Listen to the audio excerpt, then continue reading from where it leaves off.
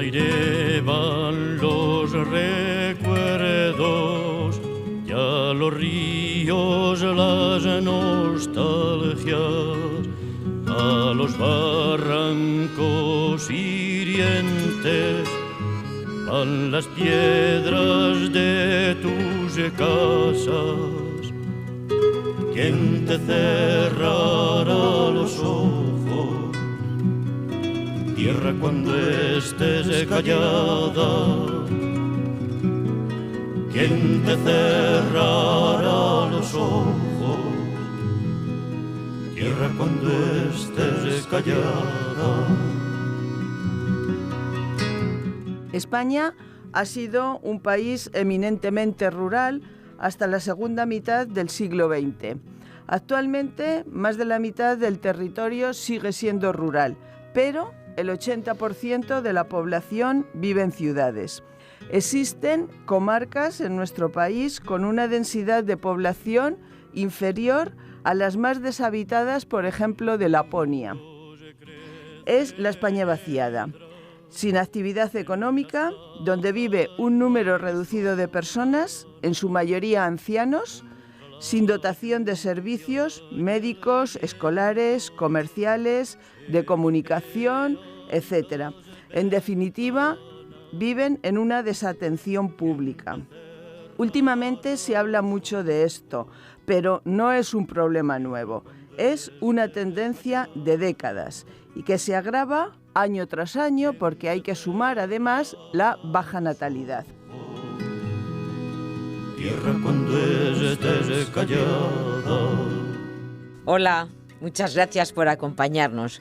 Un día más en Sin Distancias os damos la bienvenida extensiva a Pilar Nova, profesora de la Facultad de Ciencias Políticas y Sociología de la UNED, a quien acabáis de escuchar y que nos ha ofrecido el avance del tema que hoy vamos a desarrollar y que hemos titulado La España vacía, los jóvenes y las escuelas taller.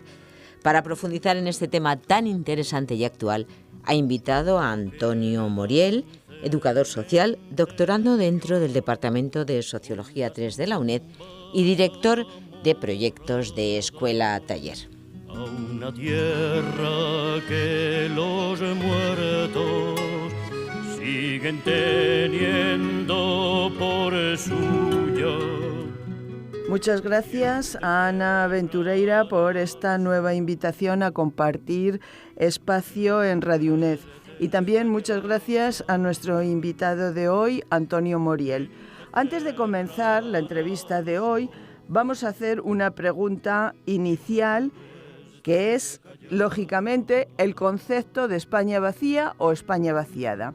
Antonio, en síntesis, ¿nos puedes decir qué es esto? Buenos días, Pilar, y ante todo muchas gracias por la invitación a poder participar en esta charla, sobre todo dado lo importante del tema, porque como muy bien has dicho, y bueno, no hemos tocado cifras, porque si empezáramos a hablar de cifras, pues probablemente nos pondrían los pelos de punta. Pero yo creo que sobre todo para que sea muy fluida la entrevista, pues mejor comentar sobre todo aspectos y casos que puedan aportar algo de luz a la problemática de esa España que se está quedando sin personas, sin ciudadanos en los pueblos, pero ojo, también se habla de que se está vaciando la ciudad. ¿Y por qué se está vaciando la ciudad? Pues porque, entre otras cosas, los precios de los alquileres y de la venta de los pisos se ha disparado y hay mucha gente que está huyendo de la ciudad hacia extrarradios o incluso volviendo a los pueblos. Pero ojo, esa no es la solución para, digamos, de alguna manera repoblar los pueblos que se están quedando sin ciudadanos. Yo diría que incluso más que la España vacía o la vaciada, a mí me gusta el término que comenté en unas jornadas que me invitaron de la Federación Valenciana de Municipios y Provincias con la problemática, porque la Comunidad Valenciana es una de las comunidades en España, junto con Asturias, junto con Aragón, que se está quedando sin gente en sus pueblos. Me gusta el tema de Motasia. es un tema realmente fuerte, porque si vemos la etimología de la palabra, por una parte habla de la población y por otra parte habla de la muerte, es decir, es que se están muriendo los pueblos y eso es así. Lo que tenemos que pensar, el análisis sería ese, pero lo que tenemos que pensar es qué soluciones podemos aportar. Entonces, Antonio, es más correcto el término demotasia que el término España vacía. A mí me gusta más. Bien. En los últimos años, los agentes de desarrollo local han puesto en marcha una serie de planes de emprendimiento con ayudas de la Unión Europea, los famosos fondos FEDER, también con la ayuda de los gobiernos central, autonómico y en algunos casos gobiernos municipales, con el fin de atraer a jóvenes. Incluso con estos fondos han sumado el regalo de terrenos o de viviendas, con una serie de condiciones, lógicamente. Usted, que es un gran conocedor de planes de atracción laboral para jóvenes, ¿qué nos puede decir al respecto? ¿Estas iniciativas han tenido resultados? Y si nos ilustra con algún ejemplo, va a quedar mucho más claro las consecuencias de estas inversiones. Efectivamente. Es más, si ahora mismo pinchamos en Google y queremos saber algo sobre el tema, nos vamos a encontrar con multitud de anuncios o de reclamos por parte de los ayuntamientos ofertando viviendas a un bajo alquiler o hasta incluso viviendas que se regala, ofertas de trabajo, etcétera. Que por una parte los ayuntamientos, que son realmente quienes conocen más de cerca la problemática de sus ciudadanos, ya hablamos de los ayuntamientos pues de poblaciones de menos de 500 habitantes o de 1000 habitantes, los ayuntamientos junto con las agencias de desarrollo local efectivamente están llevando una labor muy importante. Y también hay que decirlo, gracias también a las ayudas que se reciben del Ministerio y por supuestísimo las ayudas que vienen del Fondo Social Europeo, del Fondo FEDER, etcétera, es decir, las ayudas europeas. A mí me gustaría, antes de entrar, de comentar algunos de los casos de ayuntamientos que han hecho ofertas y ver los resultados, me gustaría mencionar, porque yo creo que en justicia hay que hacerlo, quiénes han sido los precursores de las agencias de desarrollo local. Quiénes han sido, y han sido en principio, los módulos de promoción y desarrollo que empezaron en 1989, gracias a la iniciativa del INEM, actualmente SEPE, que posteriormente, en 1995, se convirtieron en módulos de promoción y desarrollo. Quería mencionarlos porque son unos grandes desconocidos y, sin embargo, han habido muchísimos, sobre todo a partir de mediados de la década de los 90, que función realizaban los módulos de las unidades de promoción y desarrollo. Muy brevemente, tenían un área de investigación de oportunidades de desarrollo local, comarcal y regional en términos de empleo. Un área de desarrollo de proyectos de las escuelas y casas de oficio, que ahora luego comentaremos, y un área de colocación e inserción apoyando a los centros de iniciativa empresarial, que es otra iniciativa que en los años 90 estaban funcionando. La pregunta es, ¿y ahora? No, ahora no hay ni centros de iniciativa empresarial ni hay unidades de promoción y de desarrollo. Y un área de evaluación de los resultados de esas políticas, sobre todo del impacto social en el entorno. Quiere decir que la función de las unidades de promoción y desarrollo estaba sobre todo dirigidas al desarrollo local de los pueblos, sobre todo. Objetivos: analizar y desarrollar nuevas posibilidades de intervención, profundizar en el conocimiento del patrimonio natural y cultural, difundir las iniciativas, intervenir en programas de conservación y protección y participar en el diseño de los cursos de gestión empresarial, siempre pensando en la mirada de desarrollar la población. Algunos ejemplos podríamos mencionar. A mí personalmente me llama la atención de lo último que hay, es la población de Olite, Teruel. El ayuntamiento llevó a cabo una iniciativa muy interesante denominada Apadrina un árbol. El origen de llevar a cabo esa tarea es precisamente que fueron perdiendo población y se encontraron sin sus habitantes y que además con una tierra inmensa, muy productiva y con 100.000 olivos de entre 100 y 500 años de edad. ¿Y qué podemos hacer? Bueno, pues una de las precisamente lo que plantearon es eso, es decir, apadrinar un árbol que viene a costar en estos momentos, si alguien quiere apadrinarlo, pues unos 50 euros al año, y tienes derecho pues a visitarlo, a estar ahí, a cuidarlo, a hacer visitas guiadas, a ver cómo se va desarrollando ese gran olivo, y a 2 litros de aceite, que debe ser magnífico. En estos momentos tienen una página web muy visible en las redes sociales, y los últimos datos están en torno a 2.500 personas que están apadrinando y 7.000 olivos recuperados. ¿Qué ha generado eso? Pues por lo menos hay 8 personas fijas que están trabajando y impidiendo pues que primero, en primer lugar, que pierda población, y en segundo lugar, creando empleo.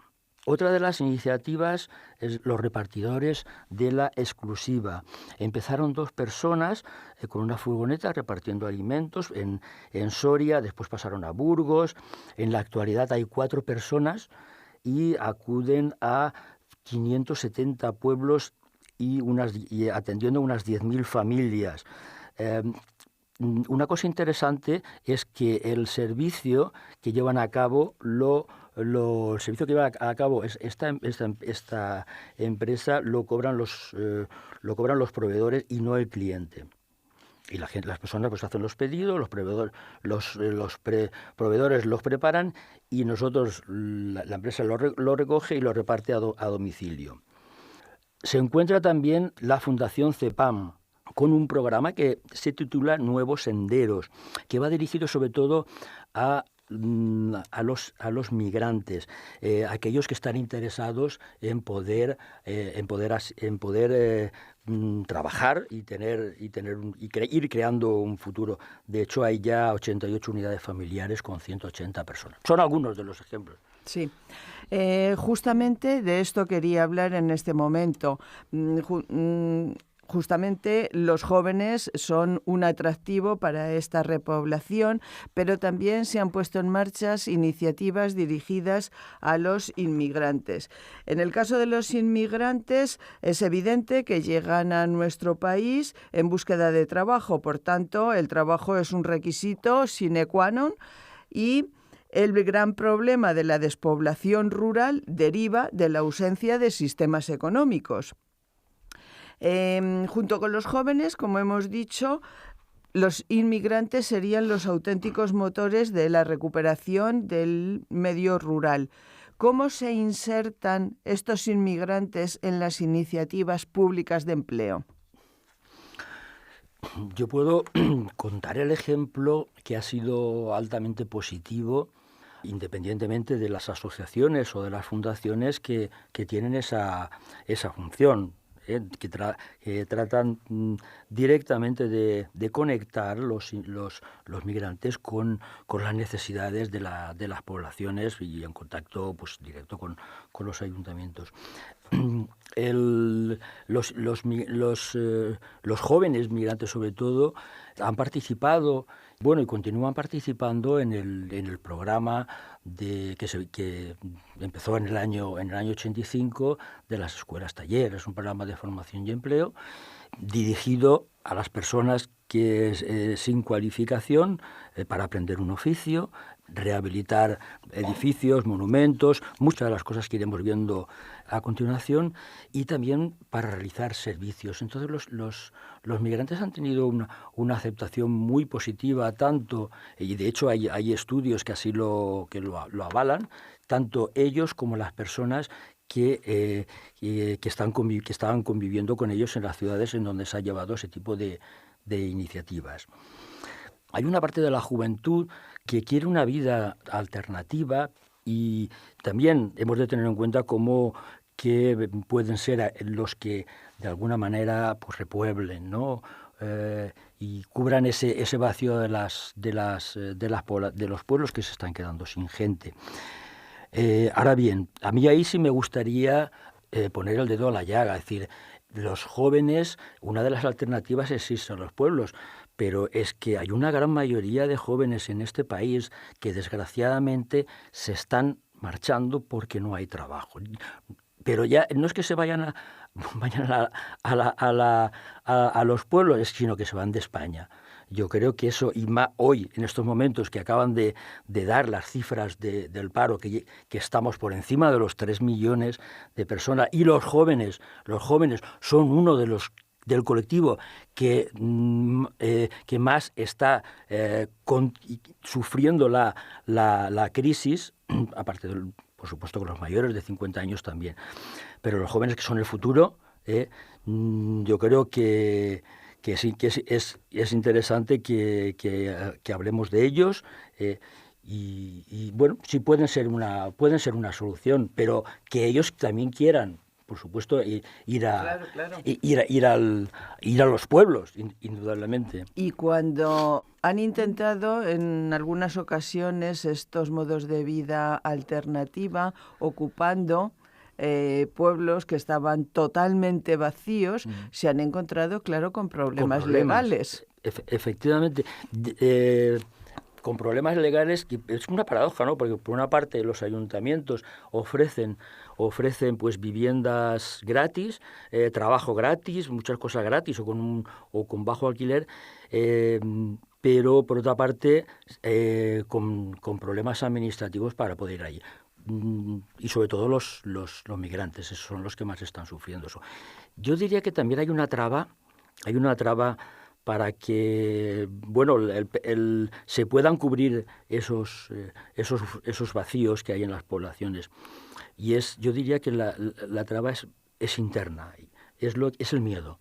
Yo creo que en estos momentos, bueno, en estos momentos es algo que ya viene de largo. Yo creo que viene ya, nos podríamos remontar incluso a épocas, a nuestras épocas anteriores, a los que ya somos algo mayores, que hemos conocido la etapa de la transición.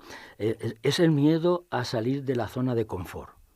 Por una parte de los ciudadanos que están en los pueblos, del extraño, el que viene de fuera. Y lo dice alguien que ha vivido en sus carnes también el poder estar en un pueblecito, ¿no?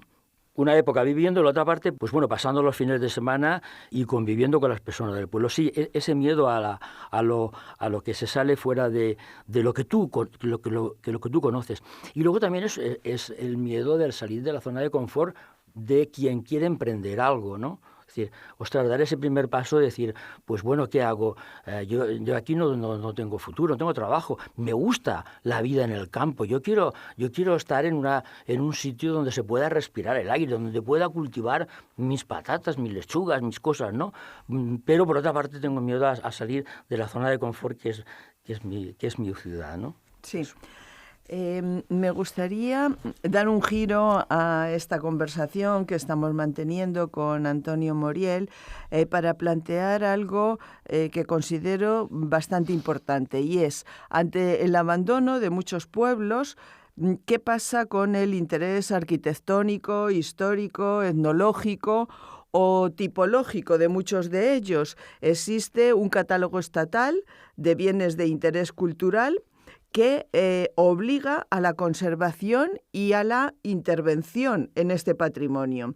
Usted es un experto en esta materia porque sé que es gran conocedor de la obra de la Fundación Santa María, que inició José María Pérez Peridis, gran amigo suyo, y bueno, de alguna manera es el paradigma de la recuperación de esta riqueza de todo el románico, por ejemplo, en la comunidad de Castilla y León. ¿Qué nos puede decir de la repercusión práctica del BIC, en los bienes de interés cultural, aplicada a estos pueblos abandonados que creo que más allá de la obra de la Fundación de Santa María es poco conocido? Uh-huh. Efectivamente, ya que has mencionado a Peridis, pues tengo que decir algo de él. Sobre todo, a mí me gusta pues una frase que me dijo en una entrevista que tuvimos no hace mucho, recordando pues cuando empezó el programa Escuelas Taller en el año 85. Él efectivamente fue el pionero, uno de los artífices junto con Julio Martín. Entonces con los jóvenes se podía hacer de todo. Eso me dijo Peridis. Yo estoy totalmente de acuerdo con él porque en el año 88, empecé en la primera escuela taller en el año 88. No quiero decir que ahora no se pueda hacer, indudablemente. Si nos dejan desde las administraciones, claro que podemos hacer con los jóvenes muchas cosas, porque entre otras cosas ellos quieren que hagamos también muchas cosas. Con respecto al BIC, hay muchísimos ejemplos, y de hecho pues traigo aquí una lista de las cosas quizá más significativas, pero podría contar, en mi caso en persona. Yo empecé en el 88 en un pueblo que se llama Altura, que es de la provincia de Castellón. Empecé las excavaciones en la Cartuja de Valdecristo, que es un conjunto monástico de los más importantes que hay en España. Por supuesto que está declarado bien de interés cultural y otras más cosas. Estuvimos excavando, después se montó la primera escuela taller de 3 años y una segunda escuela taller de 2 años, porque las escuelas taller duraban 3 años. Durante 3 años conviviendo un equipo, recuerdo que eran 12 personas, yo estaba como director, había un arquitecto, un aparejador, varios docentes, 60 alumnos, no solo del pueblo de Altura, sino de varios pueblos de la comarca. Indudablemente la repercusión fue muy grande para los jóvenes, primero porque estaban aprendiendo un oficio, uno de los oficios, el de cantería, trabajo de piedra. No quería participar nadie, sino al final tuvimos 10 jóvenes que aprendieron el oficio, de los cuales tres alumnos actualmente son monitores de cantería, un alto índice de inserción laboral. También tuvimos un taller de forja y cerrajería, otro taller de cerámica, por supuesto de la albañilería, porque el objetivo era la reconstrucción del conjunto monástico. Indudablemente no se podía reconstruir todo, pero sí que algunas partes del conjunto. La repercusión económica para el propio ayuntamiento, que recibe una subvención del Ministerio de Trabajo, del entonces SINEM. Repercusión en todas las tiendas de la población, porque los materiales, nosotros teníamos que comprar materiales, teníamos que comprar herramientas, pues los compramos lógicamente en el pueblo o los colindantes. Los jóvenes tuvieron un primer contrato. Y yo creo que eso es muy interesante. Es muy interesante, indudablemente, la reconstrucción, la labor de rehabilitación del edificio, porque es que si no se hubiera abandonado totalmente. En estos momentos sería una ruina total. Pero es muy importante que los jóvenes tuvieron su primer empleo, su primer contrato laboral. Y eso, en aquel entonces, principios de los años 90, ya las tasas de paro eran altísimas. Bueno, en estos momentos también son altísimas, con lo cual eso es muy importante. Como anécdota tengo que decir que recibimos la visita de los cartujos de Portaceli, que ellos no salen nunca, pero como tuvimos contacto con el prior, pues que fuimos a esa cartuja, luego recibimos la visita pues a puerta cerrada. Indudablemente aquellos personajes que más parecían de cuento que otra cosa, pues alucinaron con todo eso.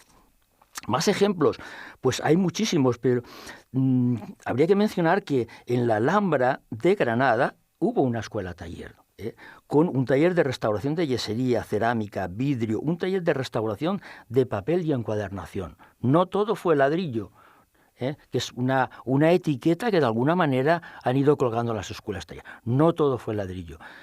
Indudablemente el ladrillo que se tocó fue un ladrillo impresionante. En la escuela taller de Alcalá de Henares, la escuela taller fábrica de harina, trabajando todo lo que son la ciudad romana de Complutum, pinturas, mosaicos, el archivo del Cardenal Cisneros, los fondos de la Universidad de Alcalá, que fue promotor de una escuela taller. Ojo, las universidades, algunas de ellas han sido promotores de escuelas taller. Algo que hoy en día, en estos momentos, no hay ninguna universidad que esté promoviendo un programa de escuelas taller. En el Palacio de Aranjuez, en el Escorial, en Mérida, en Burgos, la recuperación del castillo, la escuela taller de Miraflores de Sevilla, de Garcilaso de la Vega en Toledo, trabajos de pintura en el Hospital Provincial, entre otras cosas, y atención a los drogodependientes, que luego hablaremos de ese apartado de los servicios a la comunidad. La Escuela Taller Madrigal en Ávila, en Segovia, Salamanca, en Cáceres, en Cuenca, en la Escuela Taller Camino de Santiago, que yo creo que muchas de las personas que nos están oyendo, seguro, lo dice uno que ha hecho parte del Camino de Santiago, verá que hay algunos tramos lo ha llevado a cabo una escuelas taller. En Córdoba también a través de otro promotor que también conviene destacar, es el Obispado de Córdoba. También se involucraron con las escuelas taller en el año de 2009 a 2011. Hay muchísimos ejemplos. Sin duda es encomiable la labor de las escuelas taller y efectivamente, como ha mencionado, nos cuesta la etiqueta que se les ha puesto en algunas ocasiones del ladrillo. Yo personalmente he visto un documental magnífico en el que están restaurando frescos de un monasterio y es un trabajo cualificado, sin duda. La cuestión rural está en la agenda política de nuestro país. En el 2008 entró en vigor la primera ley estatal para el desarrollo sostenible del medio rural, aunque era una ley del año anterior, la Ley 45/2007. Sin embargo, ha habido muchas críticas a esta ley por la no aplicación. Paradójicamente, la toma de conciencia va en aumento por parte de la población en general. Los medios de comunicación también se hacen eco cada vez más de esta situación, pero la ley tiene muchas críticas, no está funcionando, no se está aplicando debidamente. ¿Esto por qué? Bueno, yo creo que voy a hacer referencia a Gary Hamel, que es un personaje que hizo un libro que se llama Lo que ahora importa. Este señor, que es uno de los gurús del management, y sobre todo su libro va dirigido al mundo empresarial, como él dice en su libro, que él ha hecho rico a muchos de los ricos, pero a mí me ha gustado mucho ese libro de Lo que ahora importa, porque da unos pilares, 5 pilares, que son fundamentales para ver si una empresa, yo lo aplico a todo, prácticamente se puede aplicar a todo, a los partidos políticos, a los sindicatos, a uno mismo incluso, ¿no? Esos 5 pilares, hay uno que me gusta mucho, yo creo que es fundamental, y quizá ahí puede estar relacionado, porque si tenemos los medios para que eso se pueda cumplir, ¿por qué no se hace? Es que te lo tienes que creer, y es lo que él dice, la pasión. Si no hay pasión, ¿cómo podemos hacer las cosas? Yo creo que los tiros van por ahí, no terminan de creerse las cosas.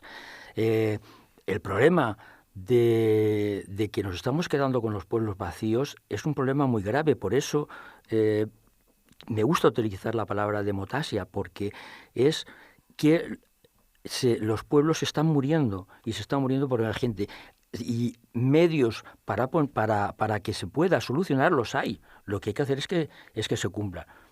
Gary Hamel habla de la innovación, de la adaptabilidad. Por supuesto, hay que innovar. Pues bueno, pues en los pueblos habrá que dotar de los medios necesarios para que las personas que realmente quieran ahí, y eso lo insistía una agente de desarrollo local, lo leí en una entrevista que hicieron, que lo que no queremos es que venga la gente de la ciudad porque ahí no encuentra, sino que vengan aquellos que realmente les gusta y quieren hacer algo ahí, es decir, con un objetivo, con una meta, con un sueño. Yo quiero ir a este pueblo pues porque quiero montarme un negocio. Luego la administración está para eso, está para poner las herramientas, para poner los medios, y dinero, pues si no lo tiene, pues que lo busque. Y en Europa hay dinero para eso, lo sabemos todos. Voluntad, diría. Desde el punto de vista de la Administración, una de las soluciones aportadas ha sido la intervención global, es decir, más allá de la escala municipal, ampliado a comarcas. porque si no es abordable la intervención en pequeños municipios, tal vez sí lo sea por municipios agregados, es decir, por comarcas. De esta manera, las inversiones públicas resultarán más consistentes y con mejores resultados. Uno de estos ejemplos lo tenemos en los Arribes, que se han unido la provincia de Zamora, la provincia de Salamanca y una parte de 2 provincias de Portugal. El resultado ha sido magnífico, porque han podido conseguir los suficientes fondos para hacer un proyecto tan atractivo que va desde lo biológico, lo arqueológico, lo gastronómico, lo forestal, etcétera. Es justamente esto lo que está indicando, ¿no? Efectivamente, casos en las escuelas taller hay muchísimos.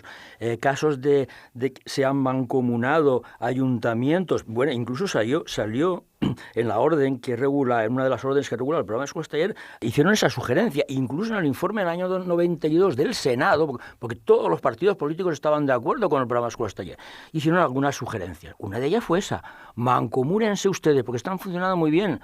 Hablo del año 92. Hicieron un trabajo muy exhaustivo visitando muchas escuelas taller por España, y una de las cosas dijeron eso: mancomunen, porque de esa manera pues vamos a entre otras cosas, abaratar costes. Iniciativas se llevaron a cabo muchísimas. A mí me gustaría destacar pues quizá las que un grupo de amigos, una asociación de amigos, llevaron a cabo en Aragón, cerca en Huesca, en 2 pueblos abandonados totalmente, porque el pantano pues los cubrió, ¿no? Y es en Ligüerre del Cinca. La asociación de amigos promovieron una escuela taller ahí y en Morillo, que son los 2 pueblos.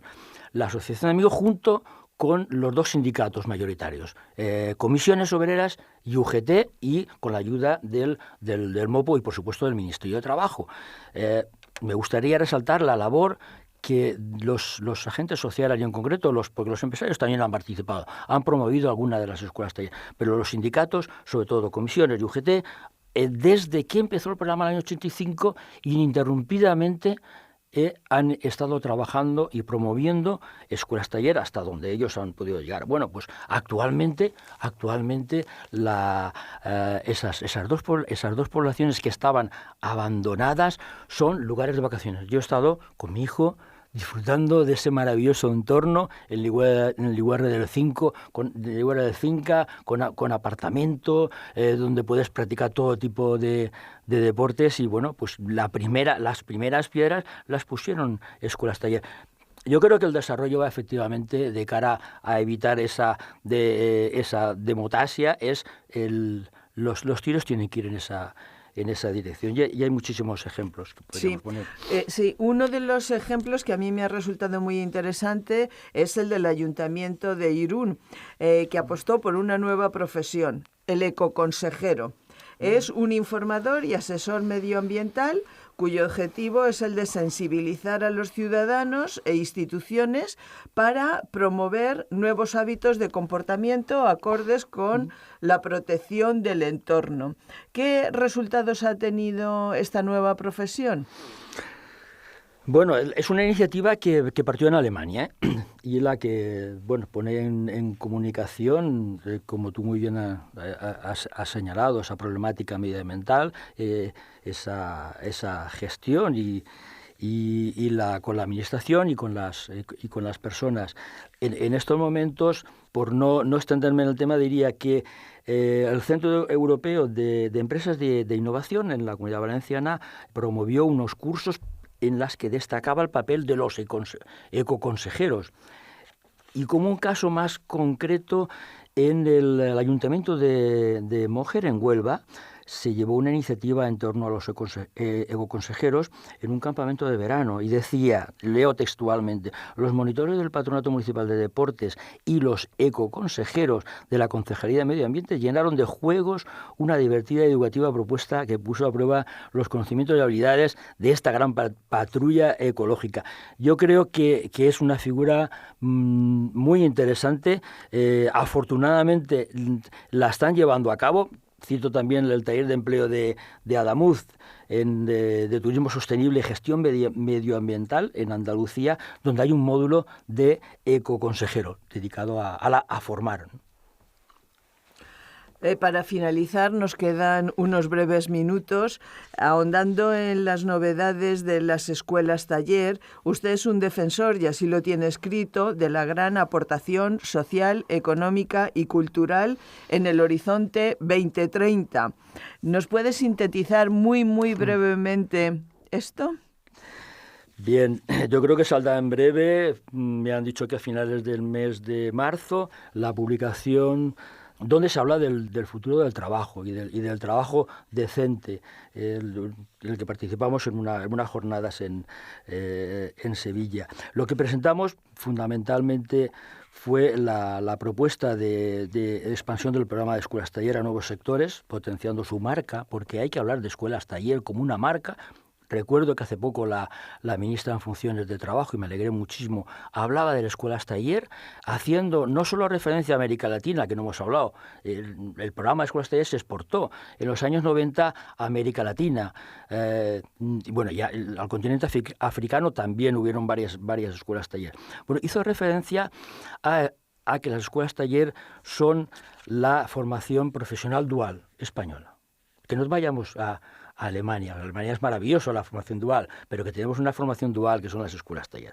Bueno, pues la propuesta que se planteó en estas jornadas, que saldrá publicado en un libro que edita el Ministerio de Trabajo y en la Organización Internacional del Trabajo, la expansión del programa, identificar nuevas oportunidades y yacimientos de empleo, por ejemplo, cultura, cine, redes sociales, todo lo que sería el abanico de la atención al ciudadano, que no hemos comentado, es decir, desde la atención a los drogodependientes, porque han habido escuelas taller en esa línea, a personas con SIDA, que también han habido escuelas taller. Crear escuelas taller de referencia a lo largo del territorio nacional que doten de cierta estabilidad al programa, que no sea algo que dure un año y se acabó, sino que pueda tener una continuidad. Minimizar los costes, por supuesto, reincorporación de promotores, lo he citado antes, las universidades, los agentes sociales, los sindicatos. Incorporación de nuevos socios estratégicos al programa, en zonas rurales, que hace mucha falta, las cámaras de comercio, las cámaras agrarias, crear un cuerpo de voluntarios de personas que han participado en las escuelas taller y a la creación de una red de escuelas taller a nivel nacional e internacional. Esa sería en síntesis. Es evidente que las escuelas taller tienen una gran función social dirigida a aquellas personas que están en riesgo de exclusión social. Ha citado a enfermos de SIDA, el caso de la drogadicción, etcétera. Bien, además de la función económica que hemos ido mencionando y cultural a lo largo de la entrevista, ha quedado evidente esta función social que aportan. Muchísimas gracias. Hemos agotado el tiempo, nos ha quedado muchos temas pendientes, pero espero que podamos proseguir con ellos en una próxima edición. Muchas gracias, Pilar, muchas gracias. Oye, muchacho, si no tienes dónde vivir, conozco un pueblo en Castilla, ¡qué bonita! allí te espera, y antes de que salga el sol, el último que quedaba, El último. también tomará el correo.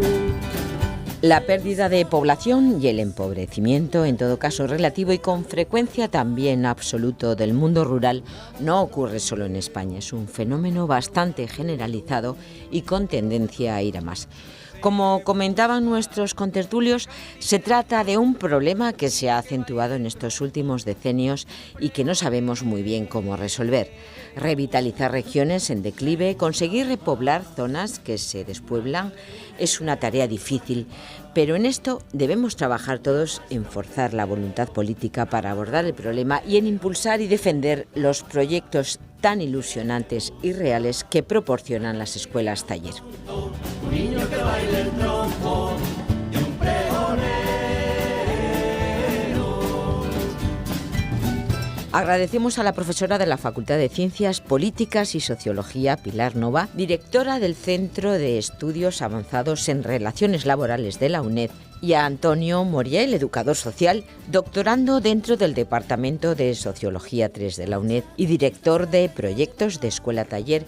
Esta charla con la que también pretendemos dar más visibilidad a esta España vacía de la que todos debemos tomar conciencia. Ayúdame a levantarlo. Ayúdame.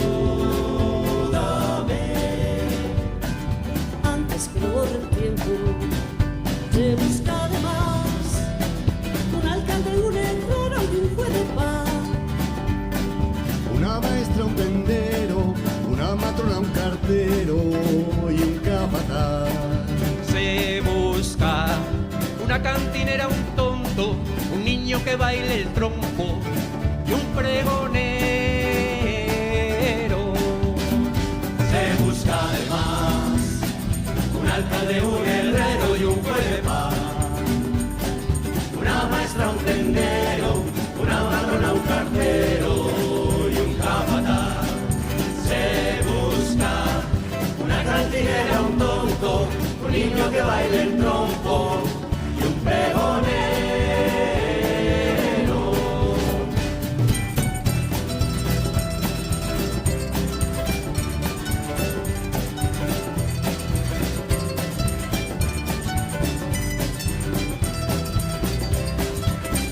Se busca además un alcalde, un herrero y un juez de paz.